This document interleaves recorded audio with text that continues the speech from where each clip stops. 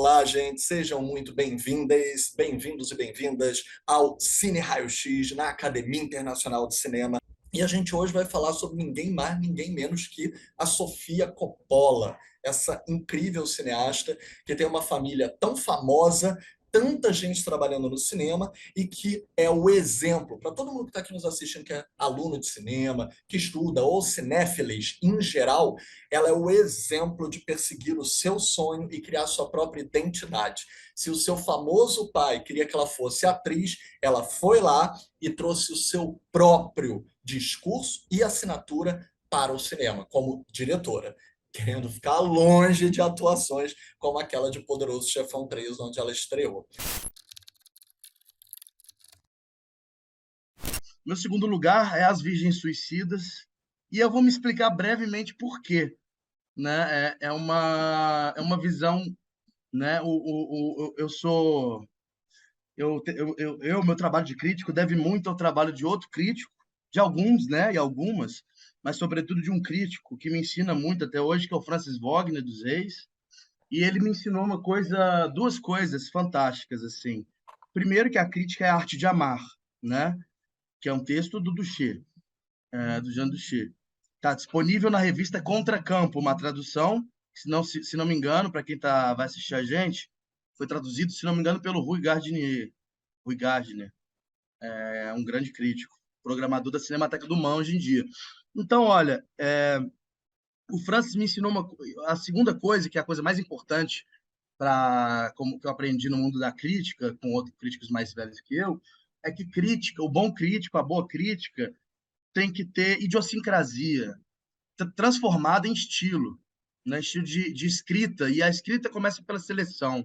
As Virgens Suicidas, né, que é o primeiro longa da Sofia Coppola, que onde ela começa, o que, na minha opinião, é uma das principais tarefas no cinema que ela tem feito, que é produzir uma atualização sempre recomeçada de um gênero que eu já mencionei, um gênero, uma forma dramática um pouco mais antiga, né? Mas é moderna, do romance de formação, né? Que tem suas várias facetas na obra, por exemplo, de Goethe, com o Sofrimento de Jovem Werther. Na verdade, não é uma forma dramática moderna, né? Mas os modernos fizeram muito, né? A maioria dos romances que eu conheço são modernos, né? A Educação Sentimental, do Flaubert, né? Ilusões Perdidas, de Balzac, né? Outra obra que eu gosto muito desse cânone é Pelos Olhos de Maisie, que tem mais a ver com o cinema da Sofia Coppola, né? E também a gente pode falar o Adolescente, de Dostoiévski, por exemplo, né? E esse filme, que também pega outra coisa da literatura, é um filme bem literário, né? Não só pelo seu estilo de narração, mas o narrador, como a Dalila já adiantou, é um narrador que na teoria, na crítica literária, a gente chama de narrador não confiável, né? É o narrador moderno por excelência, né? É aquele narrador que está imiscuído, né? Na história, de certa maneira, ele olha de uma perspectiva sempre lacunar, né? Então ele está aberto ao erro, inclusive, né? É aquela velha história do Aliotia, que narra a grande história dos irmãos Karamazov e Dostoiévski e pede desculpa para o leitor para toda hora por ser o irmão mais chato, né? Por ser o mais sem graça de todos. E esse menino também que narra, né? Ele é um pouco assim, né? Ele fica um pouco atônito, mas também com uma sobriedade capaz de narrar esse mosaico, mas é um mosaico caleidoscópico, né? Que tem uma forma bem encaixada, né? As peças se encaixam muito bem, né? Não é esse mosaico, por exemplo, né? De uma coisa que nos é muito próxima, né, do cinema moderno brasileiro, como Sem Essa Aranha, né? O Em Transe, né? Essa fragmentação maluca. Não é isso. Mas eu acho que esse filme começa fazendo duas coisas que eu acho importantes no cinema da Sofia Coppola e que encontra caminhos aí muito variados. Aí a gente vê que é uma cineasta muito interessante, que é essa atualização do romance histórico a partir, né, de uma coisa, do que a gente pode chamar aqui nessa conversa, tive a ideia aqui pensando com vocês, de dark teen movies, né?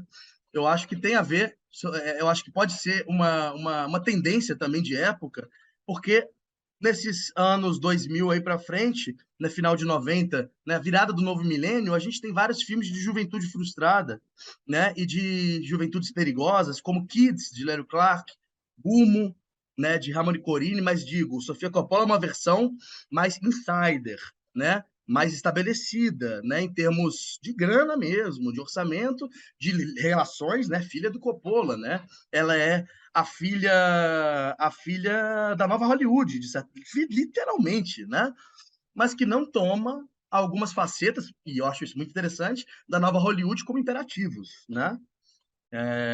Tem um lado bom e tem um lado ruim, né? A gente não tem um apocalipse sinal da Sofia Coppola, mas assim, a gente tem The Bling Ring, que é onde eu vou chamar, onde eu vou chegar. Fazer uma puta apologia a esse filme. Mas a gente também tem nesse Dark Teen Movies Mysterious Skin, de Greg Araki, Paranoid Park, Gus Van Sant, né? E outro filme que eu acho muito interessante, também é do Harmony Corine. Eu acho que os filmes de Sofia Coppola, e sobretudo The Bling Ring, se relacionam bem. Spring Breakers, de Harmony Corine, que é um dos melhores filmes do cinema americano para mim. Mas aí eu boto aí uma questão, né? Ela faz também esse choque de humores, esse humor paradoxal. Com isso, vou escurecendo minha cenografia aqui, mas tá legal, tá bonito até agora. Dark Teen Movies. Mas. Hã? Dark Teen Movies, né? Dark Teen Movies, eu tô me transformando, mas não sou teen, né? Tem Tô carinha com, dele. tô com 30 anos, mas eu sou, não sou tão velho também. Mas aí tem esse choque de humores, né? Essa coisa de ternura, sedução, suicídio, morte, né? Voyeurismo, perigos carnais, né? Relações perigosas entre familiares, né? Tem vários tabus. É um filme que é um prato cheio para antropólogo. Sou antropólogo de formação, eu falo isso com mais ou menos com razão. Mas aí é um filme que também cai nessa questão psicologista, né? O clássico, à sua maneira, bem singular, né? É uma filmografia que tem a sua caligrafia, claro, mas cai nesse psicologismo que aí eu contraponho com uma cineasta do passado de Hollywood, apesar de ser de um passado às avessas, talvez, de Hollywood, que foi uma musa do filme noir, se tornou diretora e fez filmes brutais, que é a Ida Lupino, né? Eu acho que eu cito ela bem por uma razão de escolher mesmo, por ser uma pessoa, uma artista do passado de Hollywood, em que seus dramas, com todas as imposições dos códigos, conseguiram transbordar o psicologismo e o individualismo das protagonistas, né? E aí você tem uma fúria que transborda, né? E eu não estou falando que ela faz teatro épico, mas o fato é que a contradição pega nos filmes da Ida Lupino. Mas, né, de uma forma mais visceral e que nos convida a também se enfurecer, de certa maneira, né? E da Sofia Coppola é como se fosse uma coisa mais soft, eu acho, né? O que não deixa de ser muito interessante e muito gostoso de assistir. São filmes bons de assistir, né? Mas aí eu acho que tem isso. Ponto. Vou para os primeiros meus. Eu coloquei Virgens Suicidas em segundo. Eu fiquei muito na dúvida entre os três primeiros, na verdade, porque eu ficava cada vez mais pensando, e por isso que eu falei do Bling Ring, porque às vezes eu tinha vontade de colocar o Maria Antonieta mais para o segundo ou para o primeiro, porque eu acho que ele tem esse lugar de pensar uma identidade se formando, mas dentro de uma estrutura de poder, né, uma estrutura rígida, né, enfim, em que tá tudo, as peças estão todas já colocadas e você tem que cumprir um papel específico, e a partir da questão da sociedade de imagens, né? No caso, você não são as pré-influencers, né? No caso de Bling Ring, mas assim é a corte francesa em relação, né, a toda a aristocracia que dominava o mundo naquela época, né? Enfim, agora eu coloquei Virgens Suicidas porque talvez é muito difícil, eu tô revendo meu ranking aqui, mas assim, Virgens Suicidas, bom, ele é um filme, o que me interessa também é que eu acho que ele tem um certo a história contada, né? A história dessas irmãs que se suicidam, né? Uma delas logo no início do filme, as outras depois. Ela é contada pela memória de um vizinho, né?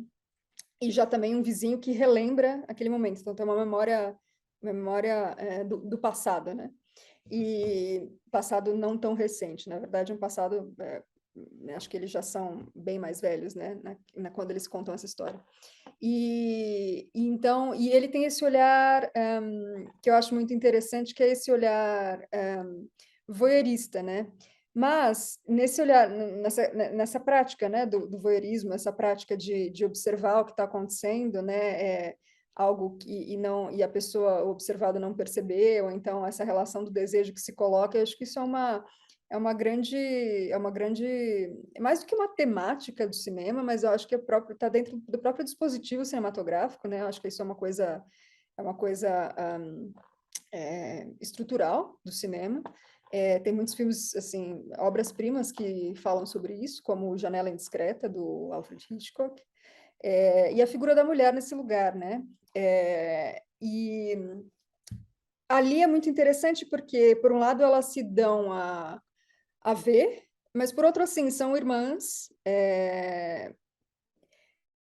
Kirsten Dunst, que é a Lux, né? Eu acho que talvez ela se coloque como a protagonista, digamos assim, mas por outro lado é quase assim, é a mesma garota repetida 5 vezes, e eu acho isso muito interessante, porque assim, isso diz sobre uma sociedade, né? Assim, é uma questão. Assim, por um lado tem esse lirismo, né, em que o garoto conta e tem essa coisa de. Mas eu não acho. Eu acho que nesse sentido ele foge do psicologismo, porque ele é serial, né? Assim, são garotas, adolescentes ou pré-adolescentes que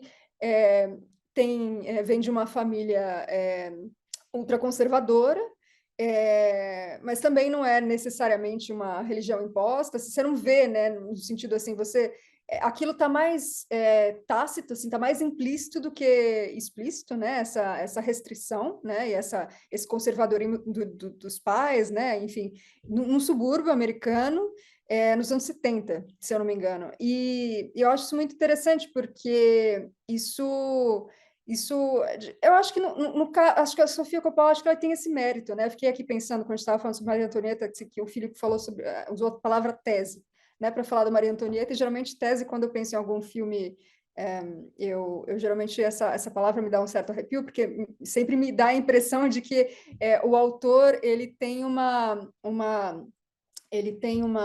visão pré-estabelecida que ele quer sobre a qual ele quer convencer o espectador, né? E eu acho que não é o caso dela, mas eu acho que sim, são filmes de tese, sim.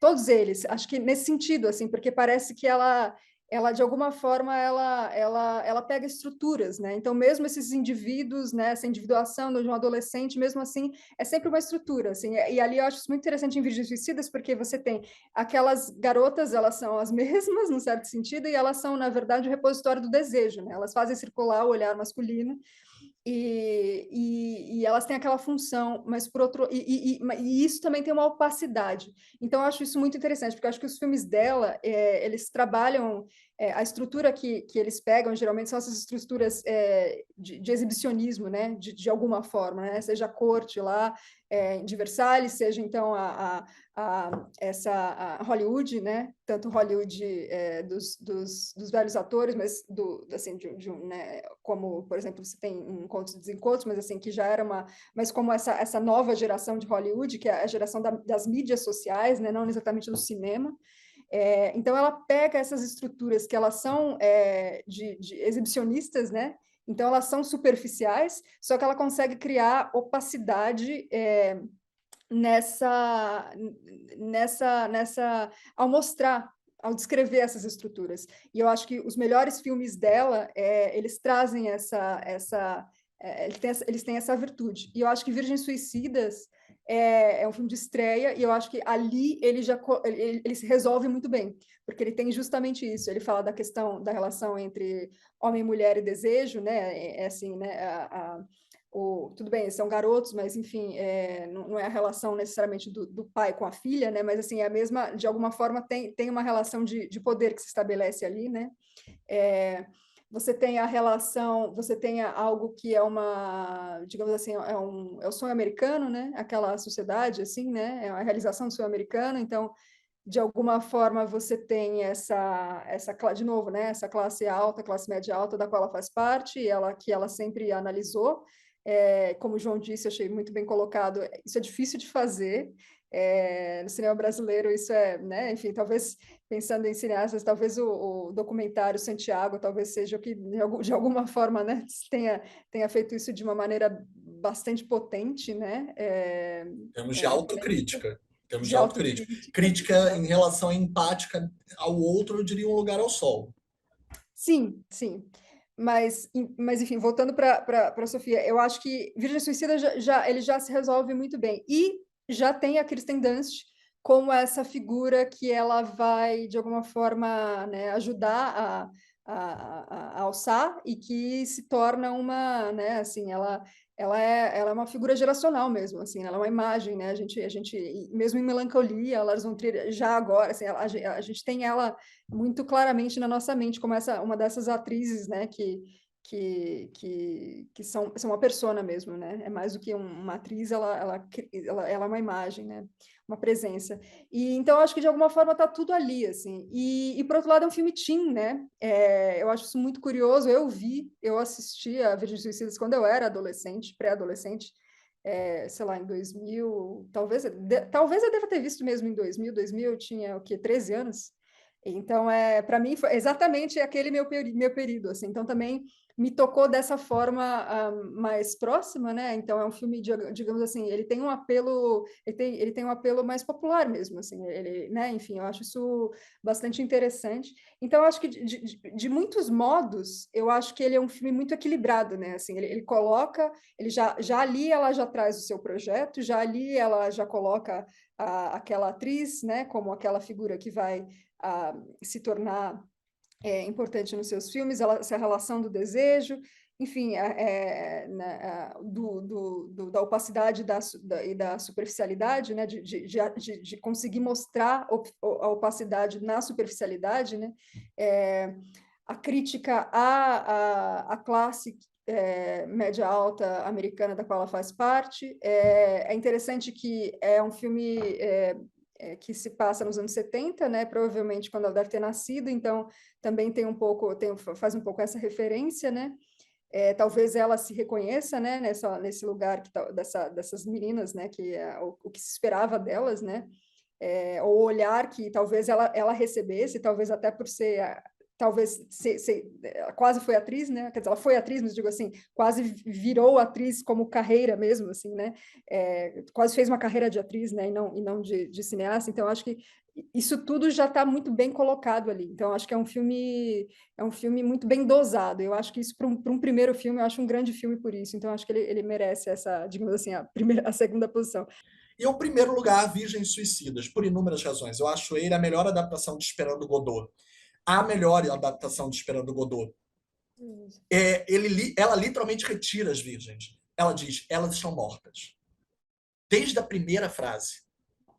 Ela retira elas e a gente ouve através deles. E poderia ser um olhar misógino, mas não é. É a primeira tentativa que a gente vê de um homem tentar se colocar no lugar delas. Eles falam essa frase quando leem o Diário da Cecília. Eles dizem, foi a primeira vez que a gente se colocou no lugar de uma mulher, do outro, delas.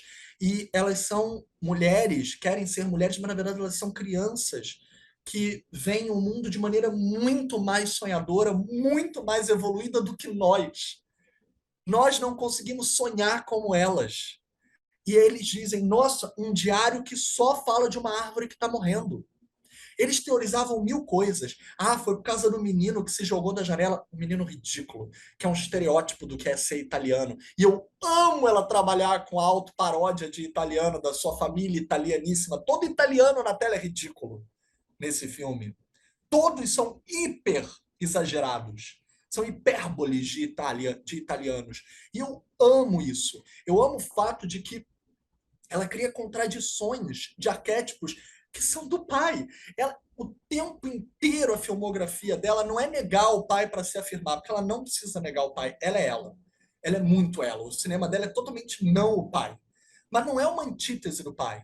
Eu não acho que ela tenha a pretensão de fazer um Apocalipse Now, como o João também colocou nesse lugar. Não, não é uma pretensão dela. E Apocalipse Now é um filme grandioso por si só, mas posso te garantir, João, eu e você somos homens. Muitas mulheres vendo Virgens Suicidas, vendo Maria Antonieta, tiveram uma catarse tão poderosa vendo esses filmes, quanto nós podemos ter visto, elas próprias podem ter visto vendo Apocalipse Now. É só outro tipo de catarse, que não é só a apoteose da imagem, não é só a estética do caos, é também a essência de identidades que está em jogo ali e de relações de poder. Aquela família é podre em todos os exemplos que ela dá. O pai está falando sobre aviões de guerra com aqueles meninos na única festa que elas dão em casa. Aviões de guerra, sério, pelo amor de Deus, cala a boca. Até os filhos, os meninos estão, tipo, super desinteressados. No meio dos aviões tem, inclusive, uma suástica. É óbvio que ele está montando aviões de guerra e óbvio que ele não é nazista, ele está fazendo uma apologia aos aviões britânicos. Mas a reconstituição de época ali preza mais o belicismo do que necessariamente a contextualização de bem e mal. Vou falar melhor porque eu não gosto de maniqueísmos. A contextualização ética da guerra.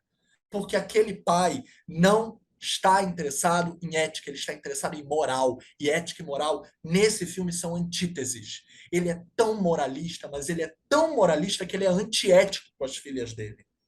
Ele aprisiona aquelas filhas, porque ele acha que o mundo é mais perigoso para elas do que aquela casa.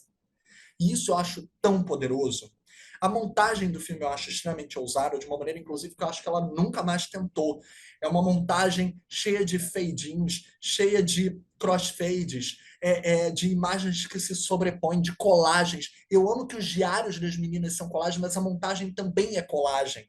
Tem páginas na montagem que estão em crossfade, tem imagens que são coladas da Kristen Dunst com o sol, com o pasto da outra apaixonada pelo Gary. Eu acho isso tão subversivo.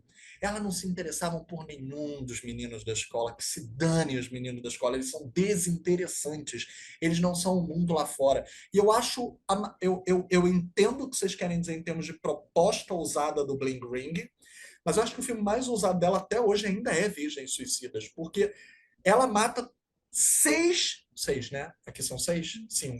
Cinco. Seis é o estranho que nós amamos. Ela mata as 5 na primeira cena. Eles dizem, nenhuma sobrou. Ela mata 5 adolescentes, o que ninguém esperava. Tabu do suicídio. Tabu de inúmeras questões que ninguém falava. E eu acho que isso é interessante nessas irmãs. Elas estão igualmente perdidas no mesmo buraco. Ou elas saem juntas, ou elas não saem. E esse filme é tão potente que ele meio que tem um remake chamado Cinco Graças. Cinco Graças, um filme franco-tunisiano, também dirigido por uma mulher, e que é praticamente um remake de As Virgens Suicidas. E cujo maior sonho delas era ir num estádio de futebol, porque os homens podiam e elas na Tunísia não podiam. Que o Panahi já tinha explorado também, mas digo, agora é uma diretora mulher explorando essa questão. Então, eu acho muito interessante quanto essas questões dialogam. E aí eu vou citar para encerrar a Susan Sontag, justamente com o contra-interpretação, porque a Coppola, nesses filmes, tira os últimos, eu acho que ela faz o inverso e por isso ela perde, ela consegue ir contra o texto. O texto geralmente é o que menos importa nos filmes dela, apesar de alguns diálogos geniais. O texto é o que menos importa, ela vai contra o texto, ela vai contra o conteúdo e ela cria imagens que são potências que a gente precisa sentir a declaração dela de estilo, a declaração dela de estética, contrapondo até o que está sendo dito. A gente encerra esse lindo encontro para termos muitos mais. Quem estiver nos ouvindo, faço questão também de dizer quais são os cineastas que vocês gostariam que a gente debatesse e a gente com certeza vai tentar abraçar nas próximas vezes. Então, muito obrigado a quem ficou até o final. Compartilhem, marquem a AIC, sigam os respectivos aqui no Instagram, em qualquer lugar que vocês queiram fazer pergunta, todo mundo corresponde, todo mundo é acessível. E um grande beijo e até a próxima, gente. Obrigado.